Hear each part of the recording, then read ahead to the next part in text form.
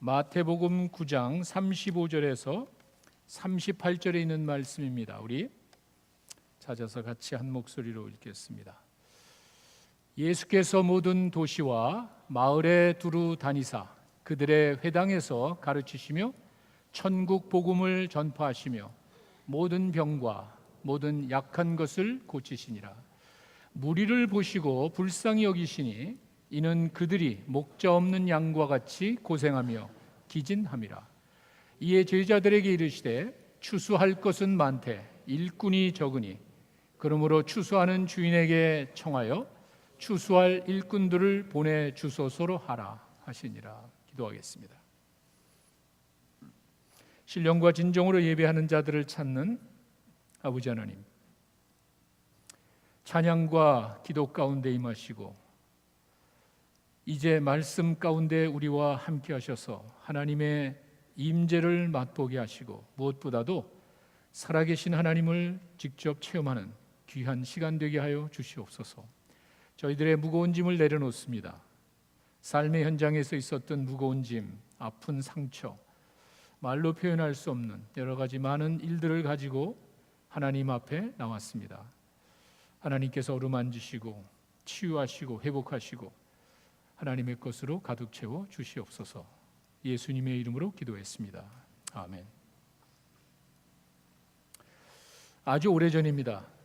한 20년은 지난 것 같습니다. 제가 알라바마에서 목회하던 때인데 주말에는 알라바마에서 목회를 하고 주중에는 이제 테네시에 있는 학교에 다니면서 4시간 반 정도를 주말마다 다니면서 목회를 했습니다. 하루는 학교에서 늦어서 이제 껌껌한 한 밤중에 알라바마 집으로 이렇게 내려가는데 껌껌한 밤중입니다. 물론 달빛은 있었던 것 같은데 갑자기 그냥 바깥을 이렇게 쳐다보는데 그 들판이 밖에 있는 그 길 옆에 들판이 눈이 온 것 같이 하얀 그러한 광경이 눈에 보였습니다. 생각 없이 지나가다가 다시 한번 유심히 봤는데 그때가 이제 목화철이라 목화가 이제 다 펴서 확 핀 그 목화밭을 지나가는 것입니다. 근데 이제 목화밭 규모가 엄청나니까 전체가 눈이 온 것 같이 참 굉장히 아름다운 모습이었어요. 깜짝 놀랐습니다. 낮에 이렇게 다니다가 밤에 한밤중에 하얀 모습을 보니까 아주 새로웠습니다. 그리고 몇 주가 지나서 다시 그 지역을 가는데 또 한밤중이었어요. 늦어가지고 호둥호둥 가다가 또 한번 이렇게 쳐다봤는데 여전히 하얗습니다. 근데 제가 알기로는 분명히 낮에 제가 그 낮에 왔다 갔다 할 때 보니까 추수를 했거든요. 목화를 다 걷어낸 것을 제가 낮에 봤는데 아직도 그 목화밭이 하얗게 덮여 있습니다. 눈이 온 것 같이. 나중에 그 지역에 사는 분을 통해서 들은 이야기입니다. 다 걷어낸 거예요. 여러분 아시다시피 이렇게 갈쿠리가 달린 트레일러로 기계로 갈쿠리가 이렇게 당긴 걸 나무에 있으면 이렇게 가서 이렇게 들어 올립니다. 이렇게 사람이 손으로 할 수가 없으니까 기계로 그 넓은 끝이 없는 그 목화밭을 만약에 손으로 한다면 몇 달 한참 걸리겠죠. 그냥 차로 가면서 이렇게 갈쿠리 달린 거로 이렇게 집어넣어서 이렇게 들어 올리면은 목화가 이렇게 떨어져 나가는 거예요. 여러분 옥수수 밭도 그렇게 하잖아요. 옥수수 밭에 손으로 따는 게 아니라 워낙 크니까 이렇게 걷어내고 나머지는 그냥 다 버립니다. 깜짝 놀랐어요. 분명히 목화를 거두었는데 추수를 하고 난 다음인데도 제가 봤을 땐 남은 것이 절반 이상입니다. 그냥 하얗게 한밤중에 하얗게 남아 있습니다. 어쩔 수 없대요. 매년 그렇게 한답니다. 왜? 일손이 부족하니까. 일일이 가가지고 손으로 딴다면은 그게 2배 이상이나 수입이 나오겠지만 일손이 없어서 그렇게 못합니다. 옛날에는 노예들이 했죠. 다 손으로 다 걷어냈을 때 엄청난 양의 수확을 거뒀겠지만 지금 할 수 없는 거 그냥 바라봅니다. 사실 제가 표현이 안타까운 게 아니라 굉장히 아깝다는 생각이 들어요. 시간만 나면은 목화 가서 따면은 거의 그만한 양의 목화가 나올 건데 그거는 그냥 방치해 둡니다. 그냥 손을 대지 못하는 그런 모습입니다. 농부의 마음이 어떨까? 그러려니 한다고 그러지만 사실 그것을 제대로 거두지 못하는 일손이 없어서 거두지 못하는 이 농부의 마음이 참 안타까웠을 것 같아요. 그런데 오늘 제가 읽어드린 본문에 나오는 예수님의 모습이 바로 그겁니다. 예수님이 이 땅에 오셔서 천국 복음이라고 합니다. 그냥 하나님의 말씀을 전한 것이 아니에요. 때가 됐기 때문에, 이제는 열매를 얻을 때가 됐기 때문에 그 복음의 핵심적인 중요한 말씀을 전했을 때 사람들은 깜짝 놀랐고요. 수많은 사람들이 그 말씀을 들으러 몰려왔고요. 그 중에는 몸이 아파서 잘 걷지도 못하고 이게 힘든 사람들도 있었습니다. 예수님은 그들을 바라보시면서 그들에게 정말 소중한 하나님의 말씀을 전하시는 것만이 아니라 그 아파서 병든 사람들을 그냥 돌려보내지 않았어요. 불쌍히 여기고 그들을 다 고쳐줍니다. 그러니 그 좋은 말씀을 들으러 또 자기들의 그 육체적인 그 제한된 것을 넘기지 아니하고 돌보시는 그 예수님의 손길을 맛보기 위해서 얼마나 많은 사람들이 왔겠어요. 주님은 그걸 바라보면서 이거 내가 어떻게 이걸 다 혼자 담당하지? 자기가 도저히 감당할 수 없는 그 모습을 바라보면서 안타까운 심정으로 얘기합니다. 추수할 일꾼이 좀 필요한데, 좀 더 많은 사람들에게 일을 좀 해야 되는데 일할 사람이 없다고 지금 이렇게 안타까워하시는 모습. 12제, 예수님 자신이 할 수 있는 일이 아니기 때문에 12제자를 보내고 누가복음 10장을 가시면은요 70명을 또 보내십니다. 이게 주님의 마음이에요. 어떻게 해서라도 그 사람들을 좀 도와주기 위해서 나 혼자 다 감당하지 못하니까 12명 또 70명을 보냅니다. 70명을 세워서 친히 가시려는 그 지역에, 내가 다 가지 못하잖아요. 내가 다 감당하지 못하는 그 일을 이제는 70명을 대신 보내는 거예요. 내가 친히 가지 못하는 그 지역에 각 동네와 각 지역으로 둘씩 보냅니다. 그러면서 추수할 것은 정말 많은데 일꾼이 적구나. 그러므로 추수하는 주인에게 청하여 추수할 일꾼들을 보내소서. 그 많은 사람들이 그 말씀의 갈급함을 가지고 육체적인 그 참 피곤한 그런 모습으로 살아갔을 때 예수님은 그걸 그냥 넘기지 아니하시고 그들의 필요를 채우기 위해 더 많은 사람을 찾으셨습니다. 그런데 재미난 거는요, 그 뒤에 가시면은요 9절에 이런 말이 있습니다. 거기 있는 병자들을 고치고, 이 말은 무슨 말이냐면 예수님만 능력을 행하신 게 아니에요. 예수님이 그 안타까운 마음 가지고 내가 하지 못한다는 그 일을 예수님은 제자들에게 능력을 주셨어요. 병 고치는 능력까지 주셨어요. 9절에 보니까 병자들을 고치고 또 가서 하나님의 나라가 너에게 가까이 왔다는 사실을 전하라. 이게 주님의 심정이에요. 주님께서는 그 사람들이 그렇게 목자 없는 양같이 헤매는 그 모습을 바라보면서 이 표현이 그 어린아기가, 여러분 어린아이가 복잡한 도로에서 막 헤매고 다닐 때 이 사고 나면 어떡합니까? 다른 사람이 데리고 오면 어떡합니까? 불쌍한 그 어린 아기가 길을 잃고 헤매는 그 심정으로 세상을 바라보면서 더 많은 사람이 좀 이 일을 해줬으면 하는 일꾼을 찾으시는 그러한 주님의 마음을 저희가 볼 수 있습니다. 전 여기서 그 주님이 가지셨던 그 일꾼을 찾으셨던 그 마음, 왜 그렇게 안타까워하셨는지 그것을 한번 살펴보려고 합니다. 먼저는요, 주님이 그렇게 안타까워하시면서 일꾼을 찾은 이유는 추수는 우리의 몫이에요. 추수는 우리가 해야 될 일입니다. 이 말은 제가 여러분 지난주에 말씀드렸죠. 씨를 뿌리면은요 그 씨가 땅에 내려서 뿌리를 내리고 자라서 열매를 맺습니다. 이거 우리가 하는 게 아니에요. 내가 씨를 뿌리면은요 보이지는 않지만, 우리가 알지는 못하지만 이 뿌리가 땅 속으로 들어가 가지고 무궁무진한 수분과 양분을 먹고 자랍니다. 이 해가 나고 이른 비가 오고 또 늦은 비가 오고 햇빛이 나고 이런 자연 조건에 의해서 씨가 자라는 거예요. 우리가 하는 게 아니에요. 하나님이 하시는 거예요. 이렇게 열매를 주시는 분은 하나님이시지만 이제 거두는 거는 하나님이 하실 게 없어요. 거기는 하나님의 역사가 아무것도 없으면 가서 거두면 되는 거예요. 추수는 우리의 몫이에요. 그 씨가 어떻게 뿌리를 내리고 자라는지 아는 사람 하나도 없습니다. 과학은요 분석은 합니다. 나타나는 현상, 눈에 보이는 현상을 가지고 분석을 합니다. 씨가 자라는 과정을 설명은 할 수 있습니다. 씨를 만들어내는 건 아니에요. 하나님이 하시는 거예요. 연구실에서 씨 만들어냅니까? 이게 아니에요. 조작해서 크게 날 수 있을지 모르지만 그 자체는 하나님이 하시는 거예요. 우리는 알지 못하는 거예요. 내가 알지 못하는 가운데 수많은 일들이 일어나고 있습니다. 알 필요 없어요. 알지도 못합니다. 어떻게 이 뿌리가 내려서 어떤 작용에서 요만한 겨자씨라 그러죠. 요만한 눈에 보이지 않는 그 씨가 엄청난 나무를 만드냔 말이에요. 설명할 수 있는 사람 아무도 없어요. 하나님이 하시는 거예요. 그 모든 일들은 우리가 이해는 못하지만 하나님이 하시는 거예요.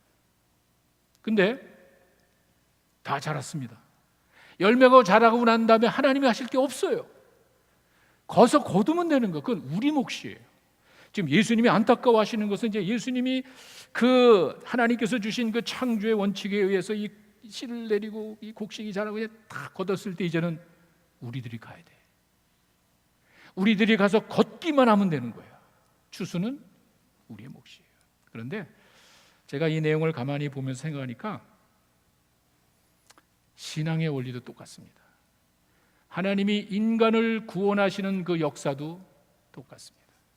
요한복음에 가시면은요 19장 30절에 여러분 잘 아시는 말씀입니다. 예수님이 마지막에 돌아가시기 전에 내가 다 이루었다.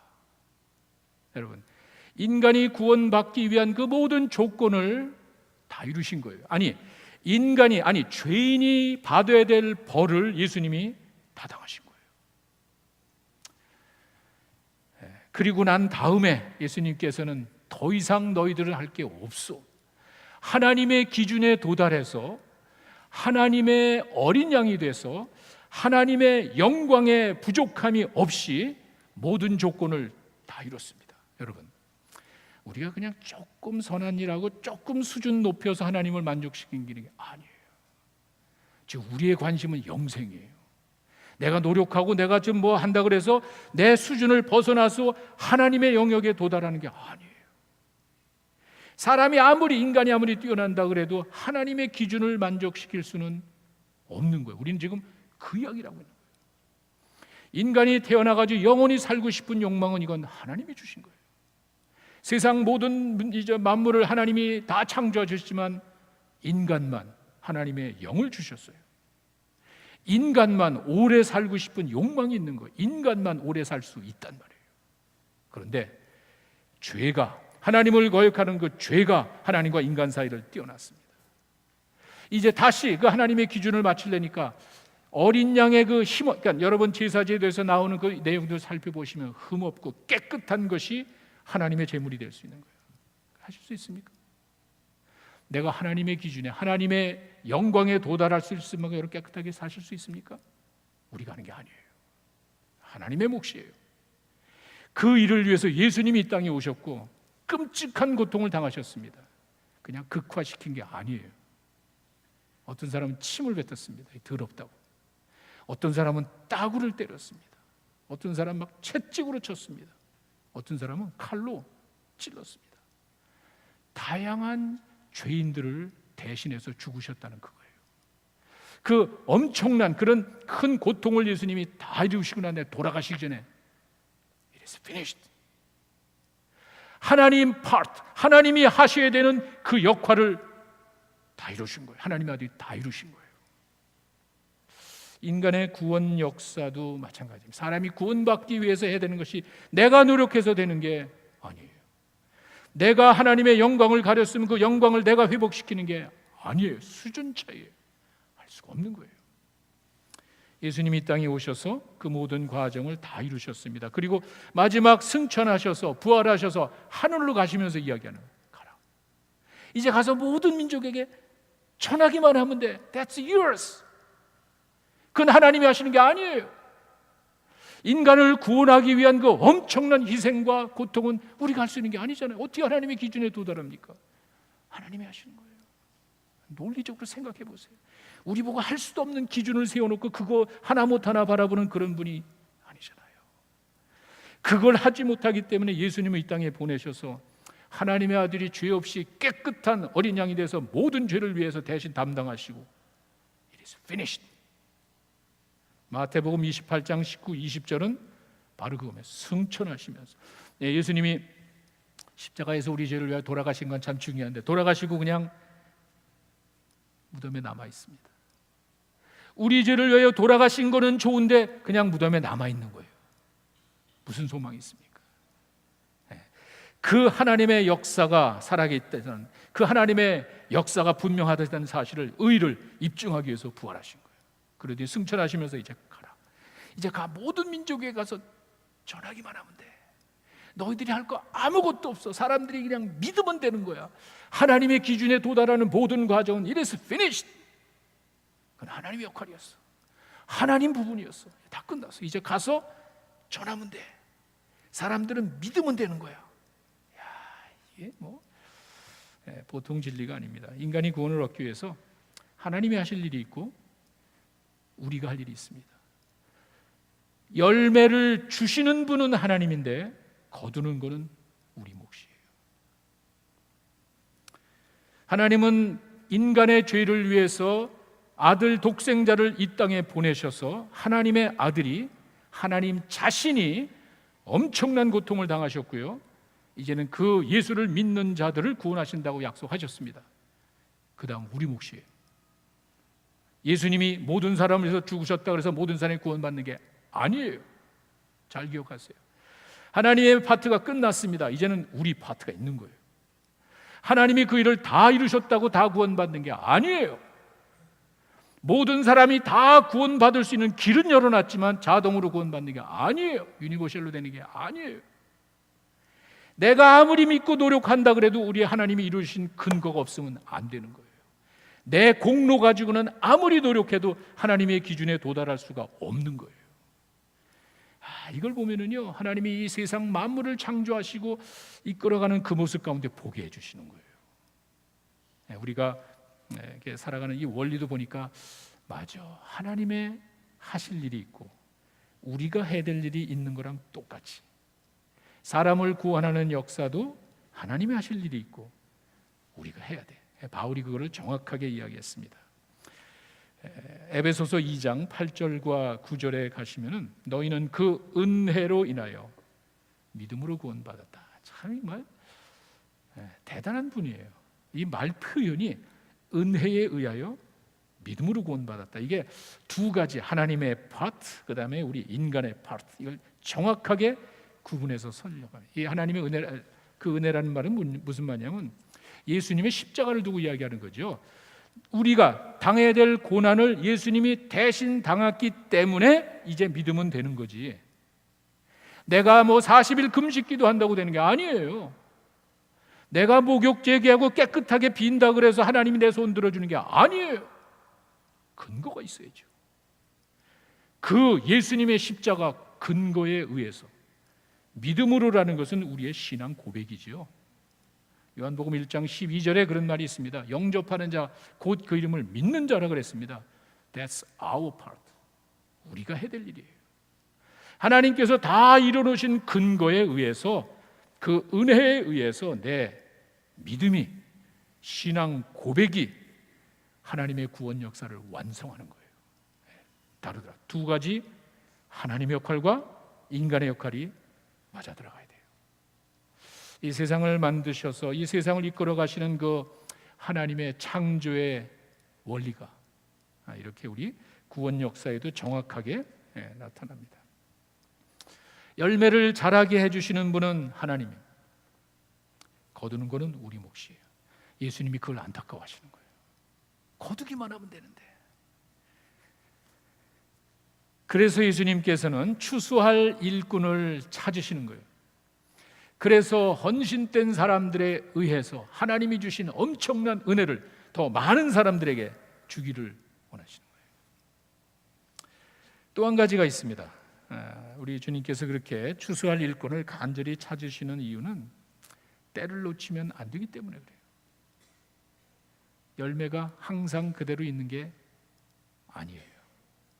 하나님이 그렇게 우리에게 주신 열매는 때가 되면 우리가 거둬야 되는 거예요. 우리 몫이에요. 우리가 해야 되는 거예요. 그냥 놔두면은 그 열매가 죽을 때까지 그냥 9월, 10월, 11월, 12월 넘어가는 게 아니에요. 만약에 거두지 않으면 한 해 농사를 다 잃어버립니다. 우리가 그건 너무도 잘 알고 있습니다. 요즘 여러분들이, 많은 분들이 감을 갖다 주셔가지고 얼마나 감사한지 몰라요. 정말 올해 정말 더 크고 색깔도 아주 그냥 노랗고 아주 먹음직스럽게 자란 감들이 뭐 진짜 뭐 굉장히 많이 있잖아요.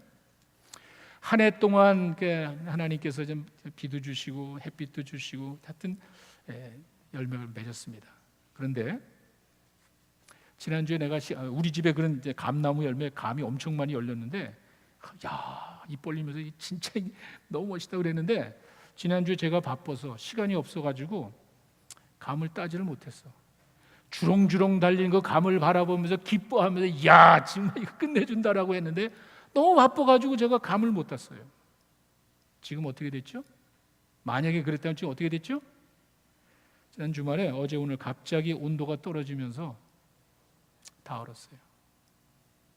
만약에 내가 거기 만족해가지고 그 때를 놓치고 거두지 못했다면요, 그 좋은 거 다 잃어버렸어요. 이렇게 갑자기 날씨가 그냥 추워지면서 그냥 얼어버려가지고 열매가 다 얼어버린 거예요. 때를 놓친다는 게 뭔지 우리는 잘 압니다. 제가 한국에 있을 때도 그런 일을 종종 봅니다. 추수 때가 돼가지고 벼농사 이제 다 주서 이제 날짜만 보는 거야. 야, 이거 언제 한번 우리가 날짜 잡아서 사람들 손 모아서 거둬야 되는데 이렇게 하는데 갑자기 그냥 돌풍이 불더니 그냥 뭐 벼를 다 뒤집어 푼 거예요. 이제 결실의 때가 돼가지고 그냥 과실나무 바라보면서 한 해 동안 수고한 열매잖아요. 얼마나 좋아. 그 땀 흘려 이런 보람이 있잖아요. 보람이. 내가 한 게 아니거든. 내가 그냥 그렇게 만든 게 아니건 하나님 하면 하늘이 준 거. 하늘이 햇빛 나오고 뭐 바람에 그래서 열매가 그거 뭐 열매 갖다 여기다 갖다 놓고 내가 기도하고 난리친다고 열매가 맺습니까? 이놈이 땅에 들어가니까 보이지 않는 땅 속에 있는 무궁무진한 수분과 양분 누가 주는 거예요? 여러분이 줬습니까? 아니죠. 하나님께서 자연 가운데 역사하셔서 야, 과일나무가 뭐 풍성하게 얼마나 좋은지 모르겠어요. 갑자기 그냥 한파가 들이닥쳐가지고 그냥 막 서리가 내리고 다 망가졌단 말이에요. 그럴 수 있잖아요. 때를 놓치면 안 되는 거예요.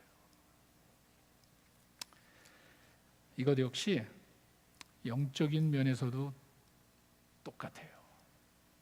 제가 이제 목사가 돼서 제 솔직한 고백입니다. 제가 지금 그런 좀 부족해서 그런지 좀 앞서서 세상을 떠나신 분들을 볼 때 가끔 참 마음이 안타까운 게 있어요. 아니, 부끄러운 적이 있어요. 그분이 세상에 계실 때 좀 더 구체적으로, 좀 더 자주, 좀 더 적극적으로 복음을 전할 수 있었을 텐데 가끔 느껴요. 사람이 구원받는 거는요, 내가 노력한다고 되는 건 아닙니다. 우리가 쓰임 받는 거예요. 성령이 리제너레이트 중생하기 때문에 우리가 하는 건 아닙니다. 그러나 제가 이 말씀드린 건 뭐냐면 구원 받으셨겠죠. 말씀을 통해서. 근데 그건 뭐 하나님께서 하시니까 우리가 분명히 하나님 손에 맡기는데 제가 한 게 뭐냐면 그 말씀을 좀 더 구체적으로 자주 확실하게 들으면은요 마음에 확신이 오잖아요. 기쁨이 오잖아요. 내 마음 속에 그것으로 인한 힘이 생기잖아요. 그건 받은 건 틀림없지만 그거는 하나님이 하시기 때문에 하지 못한 우리가 이 땅에 살면서 얼마나 어려운 일이 많냔 말이에요. 힘든 일이 얼마나 많아요. 예측할 수 없는 일이 얼마나 많아요. 여러분 지난주 산안토니오의 그 아주 조그만한 동네, 아주 시골 동네, 자그마한 게 50명도 안 되는 사람이 예배드리다가 절반이 죽었잖아요. 그 죽일 놈 자식은 그 어린애가 여기서 울고 있는데 어린애기가 울면서 무서워서 덜덜덜 떨면서 살려달라고 하는데 거기다 대고 총을 쏘는 그런 놈이 있단 말이에요. 누가 생각을 했겠어요? 그날 그 시골에서 예배드린 그 사람들이 이렇게 나와서 하나님 앞에 찬양하고 기뻐하며 감사하는데 그런 일이 있을 누가 하냔 말이에요. 그런 일이 있단 말이에요. 우리가 그런 것을 생각할 때마다 우리가 좀 더 이 땅에 있을 때 살아있는 동안에 자주 적극적으로 구체적으로 하나님의 말씀을 나눠서 이것이 뭐 내일이건 뭐 5년이고 10년이고 20년이건 관계없이 사는 동안에 그 말씀이 그 하나님이 내 삶 속에 살아 역사해서 기쁘고 감사하고 얼마나 좋냔 말이에요. 전 그거 얘기하는 거예요. 저는 뭐 처음부터 목사가 되겠다고 한 건 아니고 뒤늦게 제가 신학교 가서 전 소명을 받았습니다. 목사 되는 얘기 싫어서 도망됐던 사람인데 하여간 나중에 제가 한국의 신학교 다니면서도 그냥 신학이 싫어가지고 교육 공부했고 미국에 와서 신학을 공부하다가 한번 밤쉘이라고 그러죠. 머리 뒤통수를 때리듯이 그냥 폭탄 같은 그냥 빵 터지는 그 진리를 깨달은 거예요. 요한복음 8장 23절이 32절 하여튼 뭐 찾을 거 없어요. 이걸 다 아는 애가 요한복음 8장 32절인 것 같아요. 진리를 알지니 진리가 너희를 자유케 하리라. 깜짝 놀랐어요. 저는요 신학교 간 사람이에요. 어려서부터 교회 다니고요. 하나님 앞에 뭐 소용은 없었어도 나중에는 하나님을 깨닫고 하나님 앞에 헌신한 사람이에요. 자유가 없었어요. 그리고 제가 뒤돌아봤을 때 30년 전에 우리 한국교회 신앙생활하는 분들 사람들 얼굴을 봤을 때 자유가 없어요. 열심히 충성되게 살아가는 모습은 진짜 감동적이에요. 그 헌신은 지금 찾아볼 수가 없어요. 정말 피눈물 나는 헌신으로 살아가는데 자유가 없어요. 그들의 얼굴에 자유가 없어요. 죽음의 자유가 없어요. 죄에 대해서 자유가 없어요. 죄책감에 대한 자유가 없어요. 끝까지 충성해야 되는 거야. 저도 그랬어요. 그럼 뭐가 잘못됐죠? 성경에 예수님이 분명히 하겠습니다. 진리를 알지니 진리가 너희를 자유케 하리라. 얼마나 좋냔 말이에요. 진리는 예수님이고 진리는 하나님의 말씀인데 하나님의 말씀을 알면 그거 안다는 것은 체험적으로 아는 거예요. 체험적으로. 지식으로 아는 게 아니에요. 그저 그냥 까봐가지고 그런 것이 아니에요. 성경 시험 봐서 100점 맞는 게 아니에요. 체험적으로 아는 하나님을, 말씀을, 예수님을 체험적으로 관계를 맺으면은요 자유함이 있단 말이에요. 왜? 그분이 나 책임지잖아요. 그 자유함이 없었어요. 죽음이 두려워가지고 맨날 예수님을 그렇게 열심히 믿다가도 죽음 앞에만 가면은 뭐 믿음이 있는지 없는지 안 믿는 사람은 구분이 안 돼. 제 눈에 그렇게 보였어요. 죄 짓고 난 다음에 이 사람이 고통을 한 거 보면요, 이건 진짜 뭐 사람이 완벽해? 내가 예수 믿고 하나님의 자녀가 되는데 내가 뭐 완벽해? 그런데 죄 짓고 실수하면은 그건 그냥 막 그냥 그럼 그 사람이 어떻게 되냔 말이에요. 그 죄를 어떻게 해서 어떻게 옛날같이 제사제도가 있으면 되죠. 제사제도가 비둘기 갖다 바치고 양 갖다 바치고 그냥 염소 갖다 바쳐서 해결한다면 되겠는데 그런 것도 지금 없잖아요. 어떻게 죄책감을 답을 주지 않더라고요. 그죠? 그냥 끝까지 충성해야 돼. 그러니 뭐 열심히 살아간다고 하지만 그 마음에 자유가 없어요. 전 이제 그거 얘기하는 거예요. 구원받고 안 받는 건 하나님이 하시니까 그건 그 사람의 마음에 복음의 씨앗이 떨어졌을 때 이게 아니구나, 내가 잘못됐구나, 예수 믿고 구원받는 거예요. 그 우리가 정확하게 하기 위해서 여러분에게 sin, savior, faith 정확하게 가르쳐서 우리가 하는 것이지 그렇게 똑 떨어지게 하는 게 아니에요. 예수님 만나고 하나님 말씀을 듣고 이거 내가 잘못됐네, 이렇게 살면 안 되겠네, 정말 이거 인생이 전부가 아닌 것 같아, 어떡하지? 하나님 내가 잘못했습니다, 이제부터 예수 믿게, 그러면 되는 거란 말이에요. 그런데 거기서 끝나면 안 되잖아요. 그렇게 구원받았다고 해서 만족하며 살면은 안 되잖아요. 그 다음에 우리들 마음속에 이 험한 세상, 이 지난 샌안토니오 그 총기 사고는 어떻게 하냔 말, 인생을. 그 내 아이가 그렇게 될 수도 있잖아요. 제가 몇 주에 여러분 말씀드렸죠. 올해는요, 뭐 2달 안에 뭐 태풍 3번, 사상 최악의 총기 사고, 뭐 멕시코의 지진, 뭐 말할 거 없어요.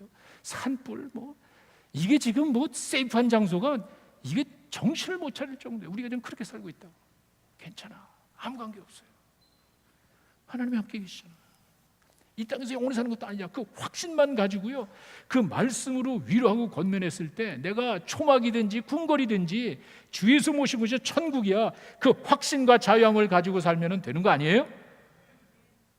없더라고요. 제가 얼마나 충격해요. 하여튼 제가 그 말씀을 가지고 저는 목회 소명을 받고 하나님 일을 하게 됐습니다. 제가 이렇게 그 상황을 이렇게 돌이켜 보면은 먼저 가신 분들 좀 아쉬움이 있고 부끄러움이에요. 좀 더 자주 그렇게 했으면 그분이 뭐 구원받는다는 말이 아니라 그것뿐만, 그건 말할 것도 없고, 그분이 이 땅에 살면서 참 기쁨으로 사셨을 텐데, 참 감사하며, 참 뭐 세상은 왔다 갔다 하고 환경은 바뀌고 그러지만 그래도 그 가운데서 평안 가지고 만족하며 살 수 있잖아요. 그게 기쁨 아니에요? 그게 진짜 아니에요? 그걸 못한 게 좀 아쉽더라고요. 디모데후서 4장 2절에 바울이 그 생각을 한 것 같아요. 사랑하는 그 믿음의 아들 디모데에게 그런 이야기를 합니다. 말씀을 전파해라. 주고 싶은 그 많은 말 가운데 딱 하나, 말씀을 전파해라. 말씀이 하나님이고 살아있고 운동력이 있고, 말씀을 전파해라. 그 다음 보세요. 때를 얻든지 못 얻든지. 이게 안 된 거예요. 언제 어떤 상황에 무슨 일이 일어날지 아는 사람 하나도 없잖아요. 한 치 앞을 내다볼 수가 없잖아요. 어떻게 하시겠어요? 준비하면 되는 거예요. 준비하면. 아무 관계 없어요. 뭐 내일 오시건 뭐 한 달 후에 오시건 10년에 오시건 아무 관계 없는 거예요. 준비만 되면. 그렇지 않아요? 때를 얻든지 못 얻든지 항상 말씀을 전파하라. 너는. 우리 목사들에게 주는 말이에요. 그래서 제가 상당히 이 말에 마음이 좀 아프고 사실 부끄러운 게 사실입니다. 우리 모두의 책임이죠. 항상 준비된 마음으로 사람들에게 복음을 전하면은 때는 아무도 모르는 거예요. 때를 놓치면 안 되는 거예요. 그들에게 구원의 확신도 얻고, 구원받고 구원의 확신도 갖고 살면은 얼마나 좋아요. 그래서 사실 이거는 제가 우리 어머니 생각하면은 이게 지울 수가 없어요. 지난 2월 달에 어머니 돌아가실 때 제 기억에 어머니 죄송한 건 뭐 말할 것도 없고요. 저는 평생에 인생의 절반 이상을 떨어져 살았습니다. 30년 미국에 살면서 어머니랑 가까이 계신 적도 없고, 어렸을 때도 저희 어머니의 이미지는요, 집안에 계신 분이 아니에요. 가족을 먹여 살리기 위해서 항상 나가서 일하시는 분으로 제 머릿속에 기억이 납니다. 명절 때 떡 쌀 한 말 지고 와가지고 애들, 우리 내가 제일 그때 입맛이 그거 입맛인 것 같아요. 제일 맛없는 떡이 가래떡인데 저는 가래떡이 제일 맛있어요.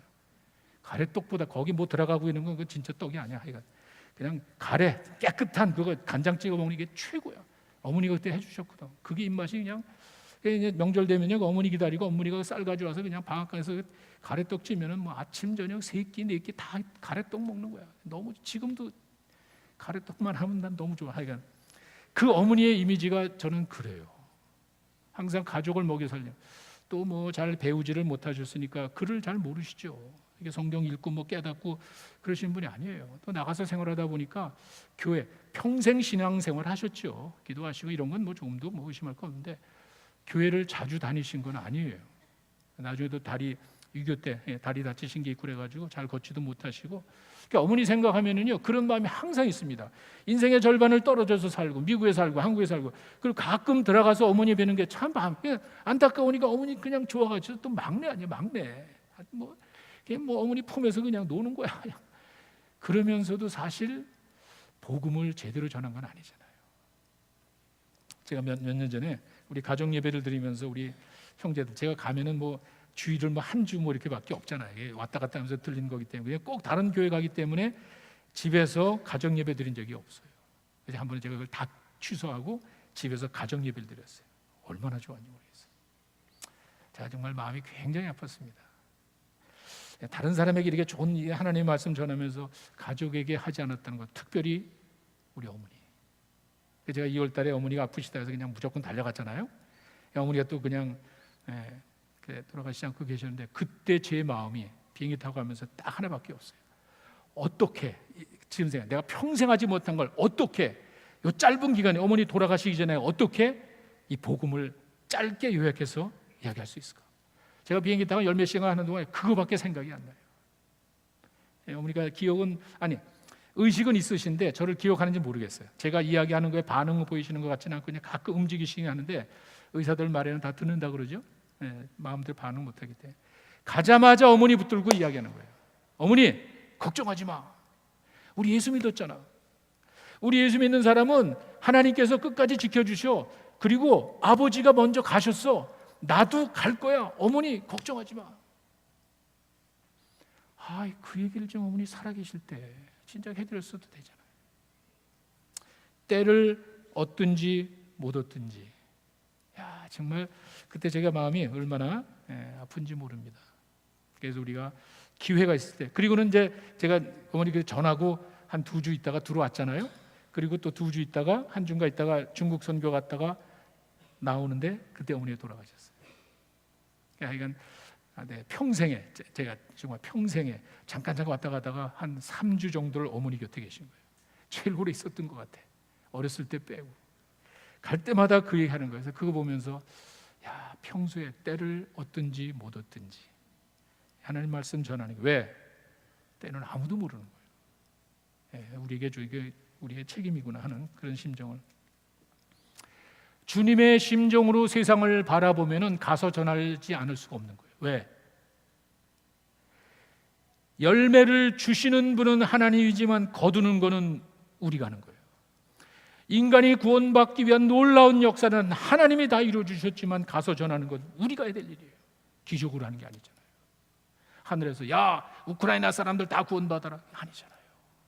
우리가 해야 되잖아요. 열매 거두는 거 우리가 하는 일이잖아요. 그리고 때가 있잖아요. 주님의 심정으로 세상을 바라본다면은 가서 복음을 전하지 않을 수가 없습니다. 왜?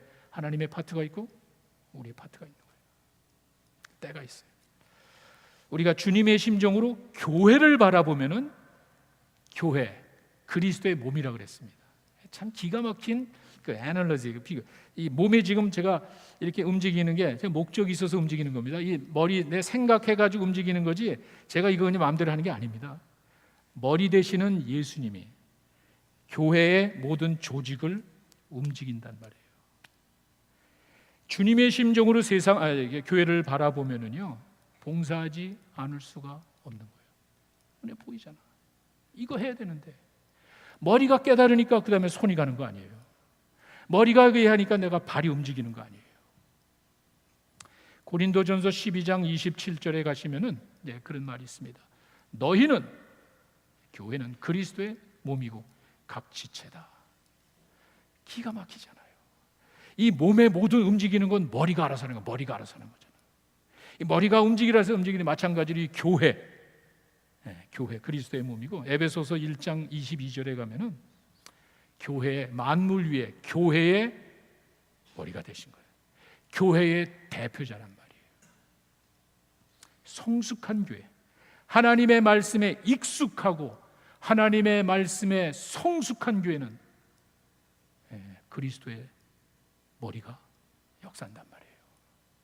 인간적으로 하니까 이게 문제지, 하여간 이 몸의 머리가 그리스도이기 때문에 이게 따라서 움직이잖아요. 이 세상을 바라보면 복음을 전하지 않을 수 없고, 교회를 바라보면 봉사하지 않을 수 없다는 것이, 한번 보세요.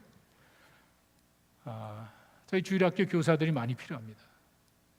우리 교육하는 교회라는데 하여튼 애들이 많이, 요즘 들어서 애들이 또 많이 왔어요. 누가 가르칩니까?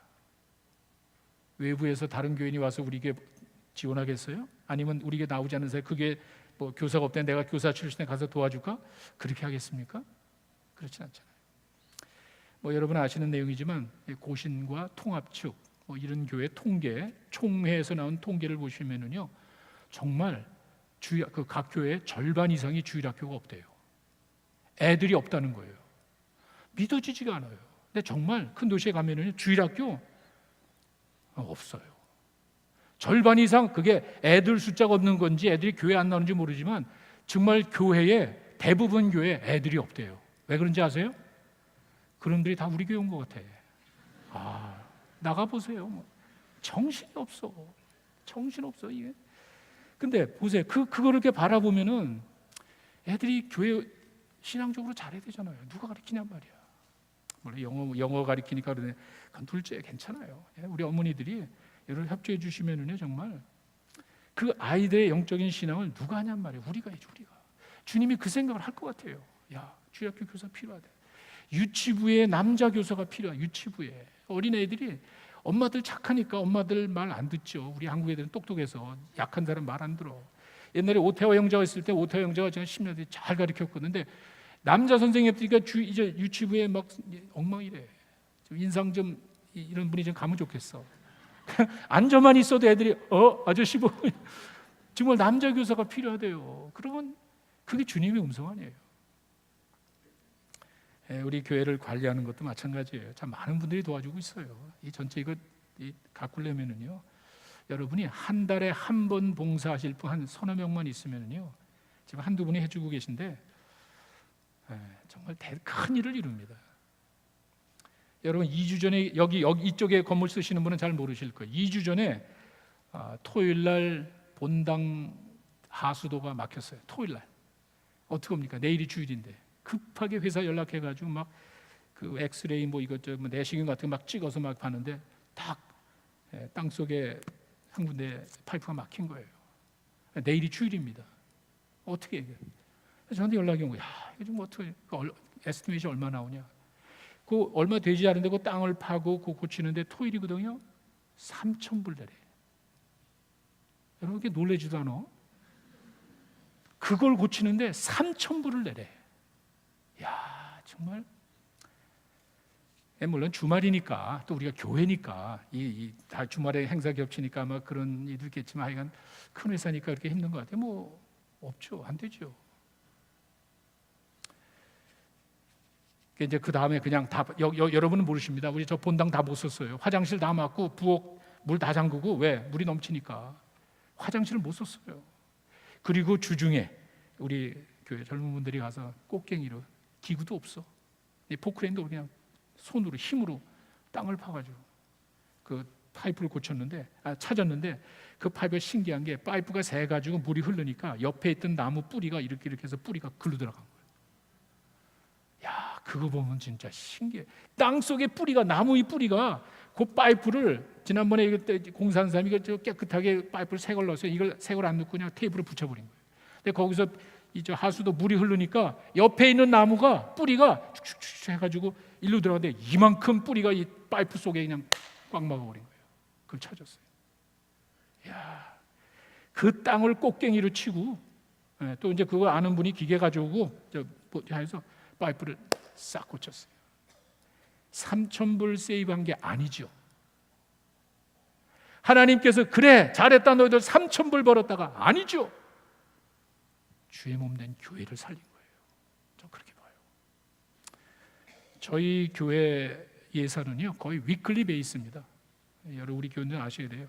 저희 교회는요 매주일 들어오는 헌금으로 거의 2분시킵니다. 연말 되면 정말 아슬아슬해요.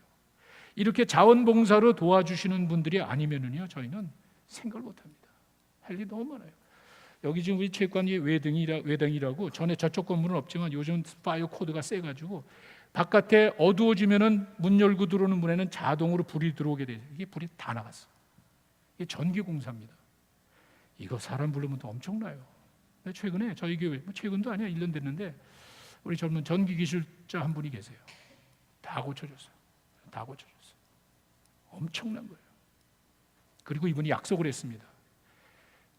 나이 많은 노인들, 저같이 나이 많은 노인들 집에 자기가 무료 전기 공사를 해주겠대. 어제 저희 집에 와서 또 도와줬습니다. 참 고마워요. 젊은 사람은 빼고 나이 드신 분들은 만약에 집에 전기 문제가 있으면요, 이분이 지금 외국대학에 가서 이제 라이센스 따려고 그러는데 큰일 날 거예요. 하여간 집에 만약에 전기 문제로 고생하면은요, 절대로 사람 부르지 마. 저한테 연락하세요. 제가 확실하게 해주세요. 이런 분들이 있단 말이에요. 주님이 그걸 바라보면서, 교회를 바라보면서 이야기했을 때 응답한단 말이에요. 어떻게 돌아? 교회가 성장하면서 그 뒤따라지는 많은 것들을 누가 책임지냔 말이에요. 듣는단 말이에요. 지체가 돼가지고 머리에서 나온 걸 듣는단 말이에요. 지체 부자이가 아니에요. 각자 노는 게 아니에요. 듣고 있단 말이에요. 그분들의 헌신과 사랑이 저희 교회 사역을 이끌어가고 있습니다. 자, 추수할 일꾼을 찾으시는 주님. 열매는 하나님이 주시지만 걷는 건 우리 거예요. 때를 놓치면 안 됩니다. 추수할 것이 많은 이때에 주님의 음성의 귀를 기울이는 지체가 되어서 하나님을 기쁘시게 하는 여러분 되시기를 간절히 축원합니다. 기도하겠습니다.